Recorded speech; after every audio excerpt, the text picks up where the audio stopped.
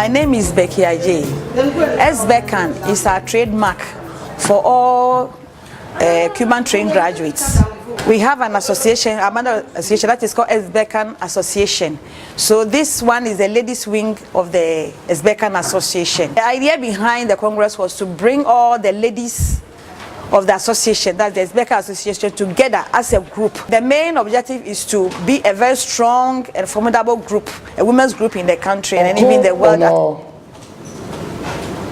Our guest of honor, Mrs. Georgina Happy Crenshaw, to also give us her keynote address. Madam, you're welcome. Good morning. It's a great honor to be here. Ladies and gentlemen, Mrs. Chairman, Madam Chairman, we thank God for your life.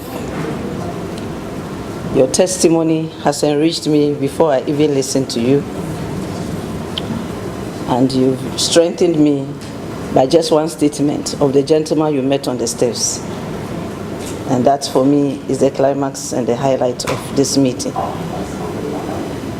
And to all our honorable Cuban representatives here, I was a bit late. I don't know everybody, so I'm addressing according to my little perception from what I heard.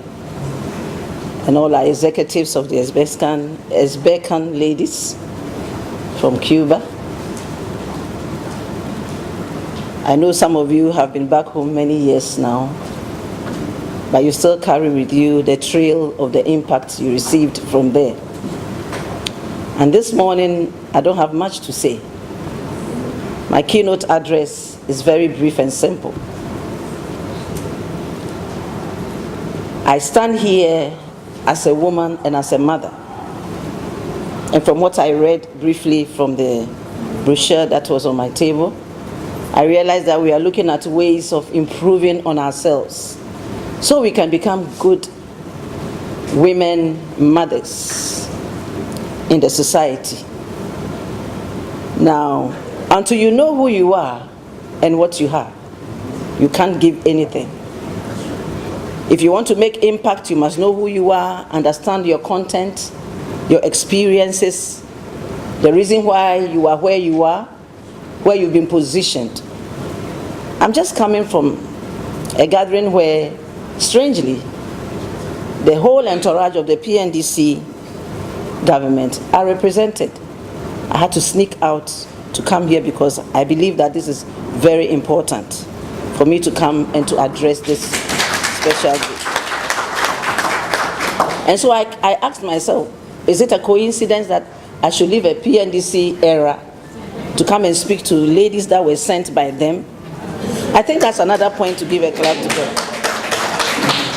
Because the person who read our former president's speech said he was quite not well. He was just from the hospital yesterday. But because of the importance of that meeting, he came and sat down. And you could see that he was quite frail and weak. But he sat down for somebody to read for him. I believe that that man, as a father in your time, revealed himself to you through me today by manifesting himself in that gathering for me to let you know that this gathering is historic, that this gathering is a destiny gathering.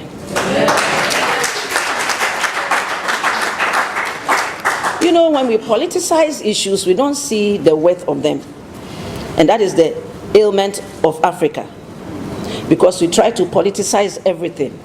And because no human being is perfect, and I don't stand here to defend anyone because I don't have any political affiliation, based on my strategic positioning for the nation as a patriotic citizen, I don't stand here to defend anyone.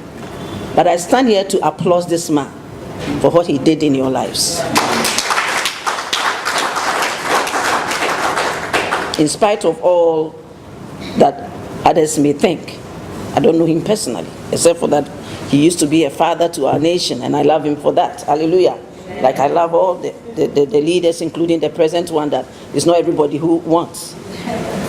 But for us as women, I was looking at a lady in the Bible. For me, as a reverend minister, I stand here as a representation of God, in addition to the great and mighty speakers that we have who are going to impact our lives, including mine. So I bring a message from the heart of God. I didn't come with anything. I just came with a word in my spirit to share with you as women of how important you are on God's purpose in his mind and on his agenda. And that on that day when you were sent, when you sat on that airplane and you took off from Ghana to go as a teenager, maybe some of you were teenagers, young people, vulnerable, didn't even understand the world. With all the excitement that you went and you encountered so many experiences that enriched your life. Some were positive, some were just lessons you had to learn through pain. And whatever you went through today has made you this beautiful, courageous, strong, and impactful vessel that you are.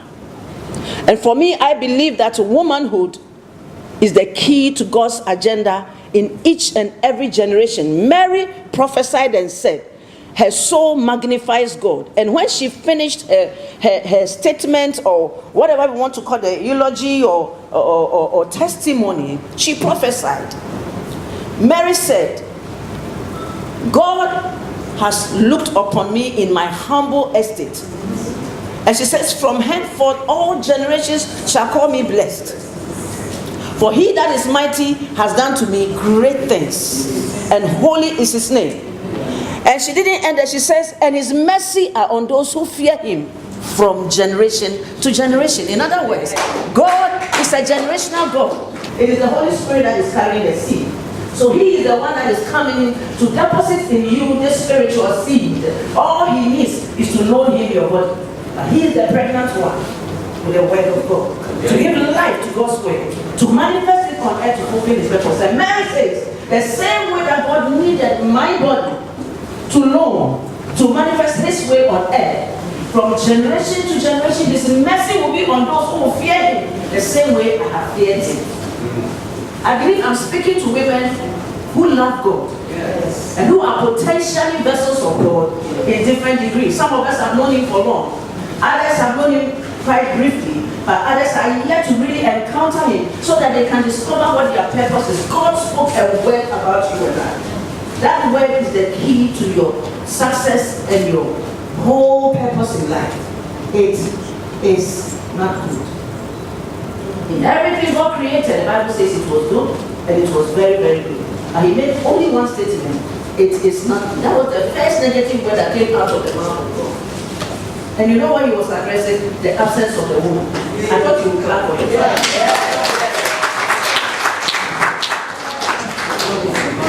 It is not good because she's not here. I need her to complete this work. I need her as my masterpiece. And watch the way he took his time to mold that, to design that particular vessel. And how he put the feeding trough, but we are the source of life. He placed the feeding trough here. He put the incubator right in there.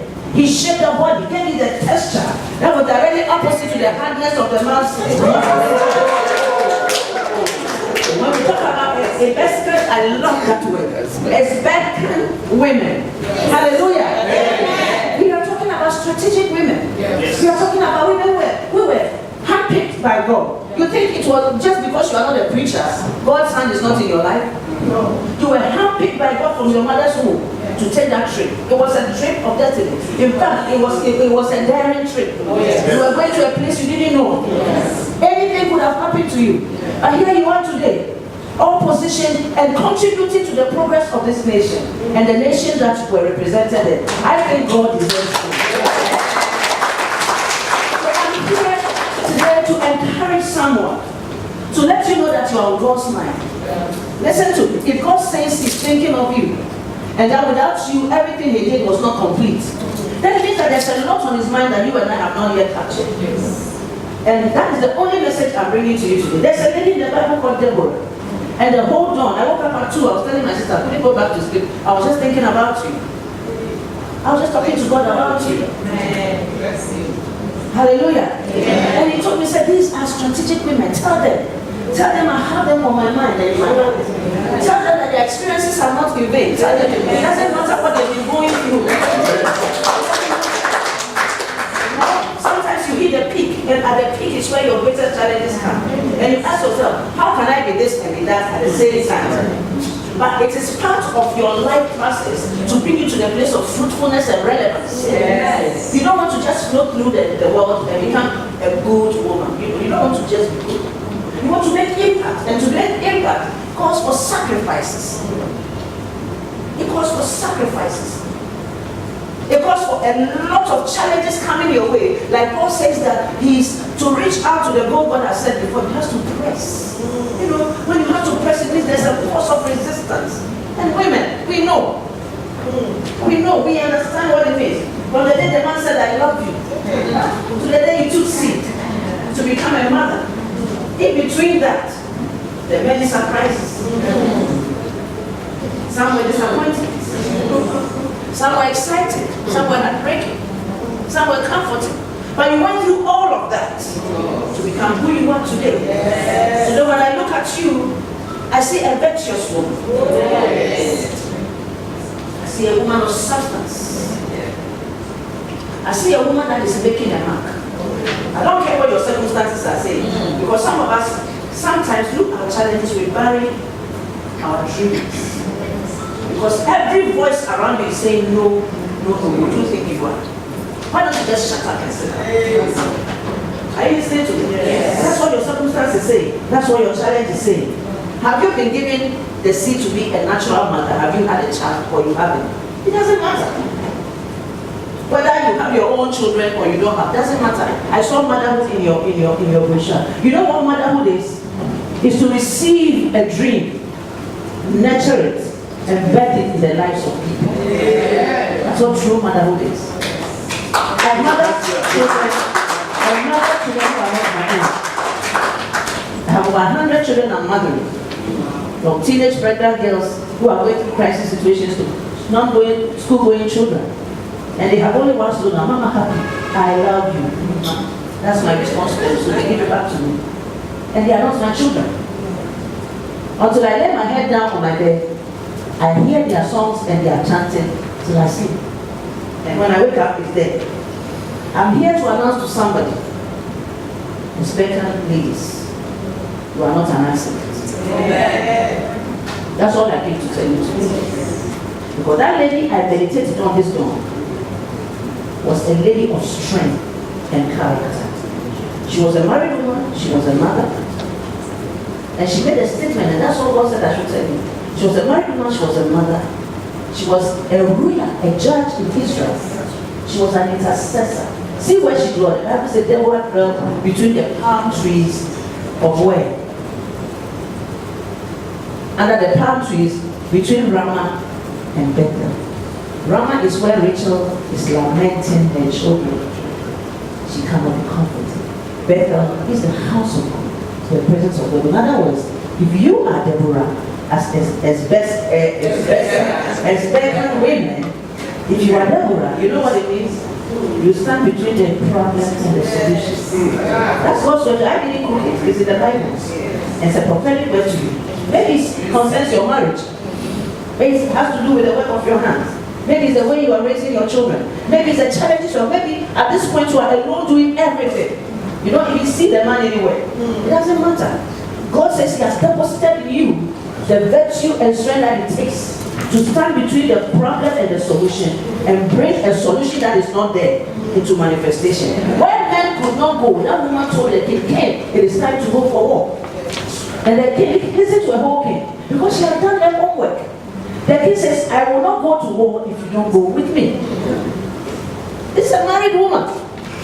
It shows you the balance of her character. Yes. It shows you the strength and the tenacity with which she lived her life.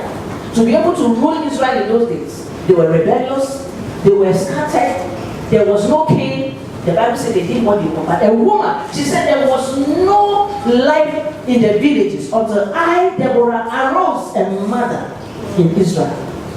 He said, village life ceased.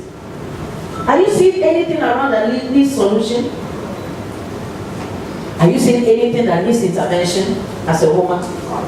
Is it happening in your marriage? Is it happening in your home? Is it happening in the community? Do you see it in the society? Is it in your area of profession or career? Is there anything that you see that you can depend on the wisdom of God to become a solution to?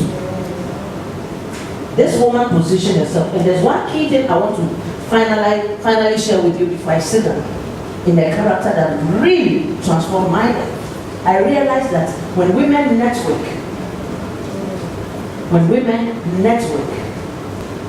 and you have a spirit of agreement, and there's a spirit of humility and acceptance of one another, appreciation of the various giftings, talents, and callings, where we become one another's keeper, because we ourselves know who we are. We are not in competition with anyone. We understand our purpose. In fact, we understand our processing because we know what our purpose is. You see, your processing is determined by your purpose. What you call challenges, God calls process. And His whole focus is to position you to be effective in what He has set ahead of you. Now, this woman of God called Deborah had a counterpart. Deborah dwelt under the mountain, but this counterpart was in the desert. And she's called Jael. Now, Jael is in the desert. So look at their position. She's not there when Deborah is fasting and praying and seeking God. She's out there with her husband, taking care of her family. But God had handpicked her also. And that is the challenge of womanhood. How to see yourself as who you are in the path that you are going, becoming all that God has ordained you, and how to discern the other women in your life that God brings your path to impact them, to also fulfill God's agenda, not just this, but in unison, bringing God's agenda to pass. If this organization or association is going to make its impact, this is the secret. If we respect each other, if we accept each other, if we see the goal, what is our goal? What is our target? Are we just meeting to fellowship? Is that something? I believe there are dreams you haven't dreamt about. This one the Lord spoke to me. He says, when I looked at there were 2 points that you raised, okay, about your career, your marriage, and your home, and your children. And the Lord says, there are missing points here that I'm about to show them. Because there's more to you than just that. And if there's anyone here that has any sense of spiritual sensitivity, which I believe you all have, it's time to pray it into manifestation. There is a dream in the heart of God that is already in your spirit that you need to position yourself strategically to tap into that. You know, when you see a television and there's a satellite dish. Now that satellite dish is receiving transmission from the main source, isn't it? Yes. Now there are times you have to go out there and reposition it because there's a glaring on your screen. There are times spiritually our perception is dulled. Our receptacles are not positioned right. And so even though heaven is transmitting your destiny as a group and as individuals, because we are not strategically positioned, we are not able to receive the clear message that heaven is transmitting to us. And so I'm praying for you as I stand here, that the Lord will stir up in you a sense of purpose and destiny beyond the mediocre, myopic, narrow-minded perceptions of life that sometimes take us as women. That will step beyond all those boundaries of limitations, maybe in our upbringing, the resistances we face, and certain mindsets that we've taken, and be able to break out of them, because generations are waiting on you. Like Mary said, Deborah played her part, and when the time came for the victory, she told the king, said, "King, you want me to go with you? Yes, I'm going to go with you, but listen, the victory of this battle, the glory that comes with it, is not coming to me or you. It's coming to a young woman in the desert. And it doesn't matter to me that after my labor, somebody is going to reap the harvest." I thought you were going to that. That's the virtue that is going to bind your group together. That's the virtue when we are not striving, when we are not battling each other. That when we see negative things, we know how to deal with negative things and separate our sister from the negativity. And see beyond that, because there are times people go through things we don't know, because we go through them. And we must understand. You may meet somebody that's all over the place, jumping, shouting. I remember when we were in school, there were girls like that. When I grew up and I understood what life is, I realized that a child can come from a home where she's suppressed. And when she enters campus, she feels like this is freedom. So that's why she can also, you tell the parent, they say, "Oh, my baby is not like that." You understand? Or the child has gone through so much rejection and pain that when you meet them, You feel like there's no life in them. They don't laugh at things that people laugh at. I mean, they are always quiet to themselves. So there are different characters, but you must understand that every manifestation you see, David says, is there not a cause? Yes. There's always a reason for the negative things we discover in each other. But if we have the powers of compassion and mercy, and if I understand the process God has had to go through to bring me where I stand today, then I will understand that He's doing the same work in my sister. He's doing the same work in my brother. And so we try to rise up as a better women and forge ahead together. Be one another's keeper. Strengthen each other. I admire people with strength. I tap into their strength. I don't contest with them. When I see that you are strong in something, watch me because I'm after you to know the secret and to find out where your strength comes from. I'm not Delilah, but I need that thing that will make me also able, so that when you are weak, I'm there to support you. And we all together will look at the goal God has set for us as women. We are supposed to be fruitful. And in our fruitfulness is our balance as a wife.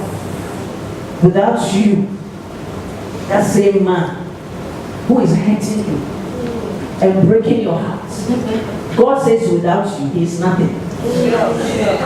Did you hear me? Yes. Repeat that sentence. I said, as a woman, without you, that same man is hurting you and breaking your heart. God says, without you, he's nothing. And God has to tell you, he trusts you. That's why he has entrusted you. Look at the two words I'm using. Trust. You are trustworthy to be entrusted with that character. It's your assignment. And there's a reward awaiting. Don't think it's just a love affair between the two of you. God is in the center of it. Are you listening? Yes. And so be strong, woman of God. Yes. Put yourself together. Take your confidence back because God believes in you. Are you listening to me? Today, leave this place with your chest out and your head up. Going to tackle those things you've given up on. Pick them up again. Work on yourself again. Speak into the lives of your children. I speak into the lives of my children. Oh, I stir them up and I tell them, watch me, watch my character. I don't speak about people and laugh with them. No. I say, watch me, learn how to walk in forgiveness. Learn how to walk in acceptance. Respect everybody you meet. Humble yourself to God and let Him work out your destiny in your life. Have a perception of your purpose. Don't live your life anyhow. Set standards. Work with principles. And those are the things I'm teaching them by practice. I don't teach them one thing and do another. So as women, God should give us the strength and the grace. The last thing, and this is my last class, that I want to say, and it's been on my list for some time, is I've seen a lot of women hurting, heartbroken. And listen, when you are, I don't know why God keeps taking me in that direction in this meeting, but there may be just for one person, okay, who has been very, very hurt and wounded by the man that's told you he loves you. And your heart is very broken. And sometimes, when you open your mouth, the words that come out are not blessings at all. But you have children with this man. And like I tell the mothers, don't curse the man and bless the children. It doesn't work. Because the moment you curse the man, the curse begins to work. When it's finished with him, he looks for his seed. God ordained it like I says, I bless the ground and his seed after me. Okay? So don't curse the man because of the pain. Because God says, come to me. I am your source of comfort and strength. So don't ignore him and carry the pain. Don't ignore him. Listen, have you seen God take vengeance? Okay, then watch God. And I'm not saying vengeance like killing anyone being. But God can use circumstances to turn your situation around. For the same husband that you are with, that has despised you, to look at you again. Because of your submission to God. Because of your spiritual understanding and your ability to die to yourself. Sometimes the reason why we go through what we go through is because we refuse to die to the flesh. Our flesh is our greatest enemy. After 40 years of walking with God, I realized my flesh is my greatest enemy. Not the devil, not my grandmother in the village. Not Satan knows that. He knows that if I learn to submit myself under the hand of God, he knows it all. The devil knows the day I learn what it means to submit to God, he's lost the battle. Because the Bible says, submitting yourself therefore under the mighty hand of God. That place is what David called in Psalm 91, the secret place of the Most High. It says, he who dwells, this is the he who visits once in a while when it's comfortable or convenient. No, he who dwells in that secret place shall abide there. And that is why his confidence is built. And he says, I will say of the Lord, he is, he is, he is. So what is God is based on my strategic positioning of intimacy with God. And that kind of intimacy is the intimacy of death. Paul says, I want to know him and the power of his resurrection. In other words, I want to know him to the point of death, so I can resurrect with him. And then knowing Paul used, we women understand it more. Adam knew his wife and she conceived. Paul used that word. I want to know him like Adam knew his wife and she conceived and bare a son like him. So I also want to know him. So a day came when he said, I have been crucified with Christ. Nevertheless I live, yet not I, but the life I live now, I live it by the faith of the Son of God who loved me and gave himself for me. And so I am now persuaded that he's able to keep what I commit to him. That is the strength of the woman. There is no creation on earth that the heartbeat of God follows like the woman. Because that is where he's creating every agenda of God. Check your Bible. It's manifested through the woman. Every agenda. And don't ever let anybody tell you that you brought sin into the world and that you are the cause of all the problems. Because you said it in the garden that you were deceived. Okay? While we were deceived, maybe we were vulnerable, maybe it was a beauty, maybe it was something else. But listen to this. Between Adam and Eve, and I'm not making a comparison of disrespect, of truth. Listen, between Adam and Eve, one of them was deceived, the other made a choice. So who really carried that? Because he was carrying all the seed of life. The whole human race was in the loins of Adam. Eve just took it for herself. She died, no problem. Adam should have run back to God and said, God, come on, come. But there's a secret Adam knew that the men of this generation must know. Adam knew the mystery of their union, that they were in the image of God. The way the Godhead is inseparable. The soul of the female man, the soul of the male man, and the soul of the seed man at creation were in one body.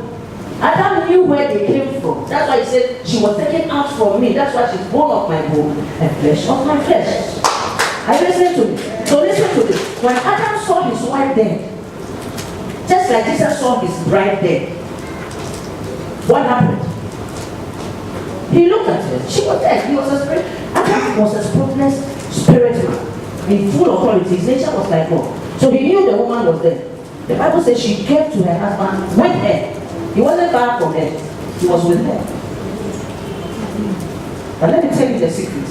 Because Adam understood the mystery of the woman, he loved her so much that he knew he cannot live on this earth. He heard God say it is not good for you to be alone. He knew he cannot live on this earth and fulfill his assignment without his wife. So out of deep love and understanding of purpose, Adam chose to die with her. Look at the English word I'm using. With her. He didn't have the power to deliver her. So the second Adam came, what did he do? He also loved us so much that he also chose to die at this time for her. And it's all about the woman. It's all about the woman. So I pray that this generation men will understand that the woman is not the shape alone. It's part of it. God himself designed it. The woman is not the softness of the body alone. It's part of it. God himself designed it. It's not just the comfort she gives, but there's a soul in that physical body that will one day leave the body, and the body will become. I just saw one. Are you listening to me? But there's more to the woman. And the biggest part is if the woman understands it herself. Because you see, life is in season. There are times we love, the Bible says there are times we hate. Endure the process of hate. Don't look down on yourself when you are not being loved the way you desire. Build yourself up. Are you listening to me? Yes. Use that season of rejection. Focus on the inside and say, what is here that is where that I can build upon and manifest in the midst of my rejection, like Joseph, so that one day I will stand out there and become what men didn't think I'll become, and my voice and my life will bring deliverance to the very end. Right? This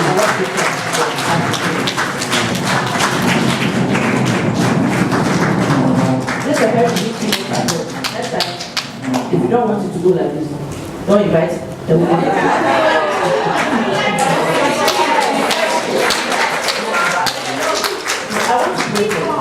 I really want to pray for each and every one of us here.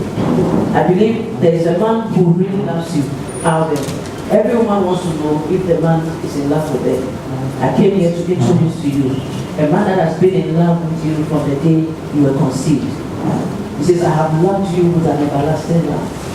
Therefore, with loving kindness, I have drawn you unto myself. And today, I'm here to announce to you, he's right here.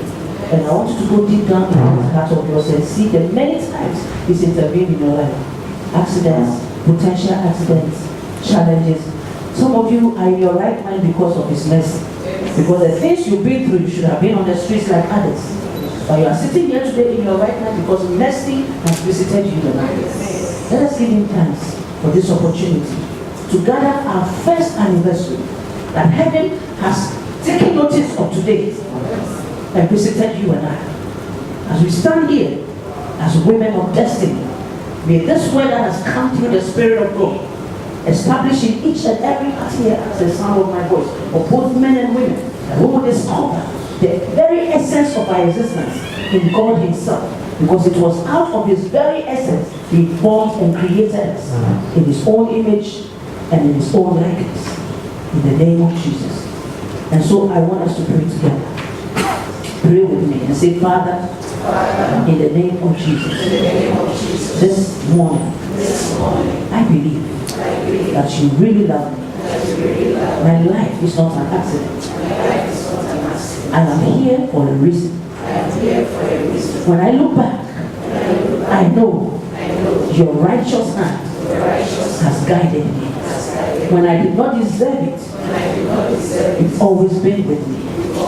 Today I acknowledge you as the Father I have never known, who has always kept me. And I appreciate you for that. And I tell you today, I also love you. Therefore, take my life and use it for your glory. From today, as an Uzbek family, dedicate ourselves together. And we say, you take glory. As women, dedicated to you. Through our lives, through our fellowship, through our union with one another and the men of our group. Make us a blessing to our own families and to our nation. In the name of Jesus, we pray with thanksgiving. Amen. And so, Father, I thank you for this precious life. I presented these precious daughters whom you love so much unto you. The word has come to us today. This is a keynote address from the throne room. It didn't come through for me. It is not my word. And so, Lord, let this word bring healing and recovery and direction and strength. Where comfort is needed, Lord, give it. Where grace is needed, let it go. Spirit of God, release strength to your daughters. Position them in heart and mind. And let every step they take from today be under your watchful eye. Because in your name, we have prayed. In Jesus' name, amen. God bless you. I'm a member of the Uzbek Ladies Association. The Ladies Association is a wing of the main Uzbek group. Today, I was amazed when I saw the turnout, and I think we have been able to achieve our aim. We're trying to bring us together to discuss issues concerning Uzbek ladies, our problems and our aspirations, sharing our problems and knowing where each other works and where each other does. Yeah, so that when you need help, you know whom to follow. I'm Mrs. Emilia Kotipapa Few, and I also schooled in Cuba. And we gathered today here, the ladies, because there's already an umbrella association which covers all students from Cuba. And as we all know, when you put the men and the women together, there are issues that some women are not able to bring out. And so we are kind of overshadowed by the men and what is happening, because we are now grown up with families and we all have challenges in our family lives. And so it has made some of our members, especially the women, to be timid and not to come out to voice out whatever they feel for us to help. So this is an occasion we are trying to come together, open up the environment for them and give them the platform to be able to come out and tell us the challenges they are facing, and also to reorganize ourselves to, help the society. And this group, for the first time, our meeting has been very successful. What our expectations were have been met. We had some of our members who were in the shadows and couldn't come out as women to participate in what is going on in the country, were able to voice it out. And so this has given us the opportunity to go back, the organizers to go back and reorganize ourselves and the information that we have gathered, and then come out with concrete activities that will impact in our own lives as well as the society as a whole.